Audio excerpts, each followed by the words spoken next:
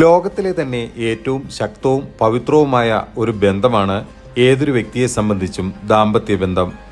എന്നാൽ പുരുഷന്മാർ തങ്ങളുടെ ദാമ്പത്യ ബന്ധം നല്ല രീതിയിൽ മുന്നോട്ട് കൊണ്ടുപോകാൻ ചെയ്യേണ്ട കാര്യങ്ങളെപ്പോലെ തന്നെ ചെയ്യാൻ പാടില്ലാത്ത ചില കാര്യങ്ങളുമുണ്ട്. വിവാഹശേഷം പങ്കാളികൾക്കിടയിൽ സ്നേഹവും വിശ്വാസവും വളരെ പ്രധാനപ്പെട്ടതാണ്. വാക്കുകൾ സൂക്ഷിച്ച് ഉപയോഗിക്കേണ്ടത് ദമ്പതികൾക്കിടയിൽ പ്രധാനമാണ്. അറിയാതെ പറയുന്ന ചില വാക്കുകൾ ദാമ്പത്യബന്ധത്തിൽ വലിയ അകൽച്ചയ്ക്കും വിള്ളലും ഉണ്ടാക്കുന്നതിന് കാരണമാകും. അത്തരത്തിൽ അബദ്ധത്തിൽ പോലും പറയാൻ പാടില്ലാത്ത ചില കാര്യങ്ങളുണ്ട്. ഈ കാര്യങ്ങൾ എന്താണെന്ന് നമുക്ക് പരിശോധിക്കാം. വിവാഹബന്ധത്തിൽ തെറ്റുപറ്റിയെന്നും മറ്റൊരാളെ വിവാഹം കഴിച്ചാൽ മതിയായിരുന്നുവെന്നും ഒരിക്കലും പറയാൻ പാടില്ല. എല്ലാ പ്രശ്നങ്ങൾക്കും കാരണം നീയാണെന്ന് ഭാര്യയോട് ഒരിക്കലും പറയരുത്. ഇത് അവരുടെ ആത്മവിശ്വാസം തകരുന്നതിന് കാരണമാകും.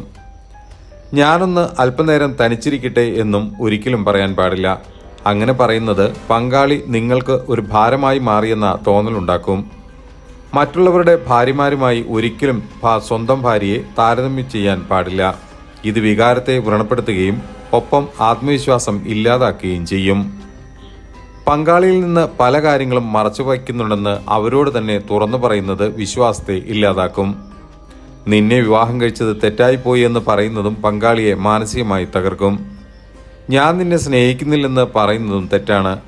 ഒരുമിച്ച് ജീവിക്കാൻ താല്പര്യമില്ലെന്ന് പറയുന്നതിന് തുല്യമാണ് ഇത്.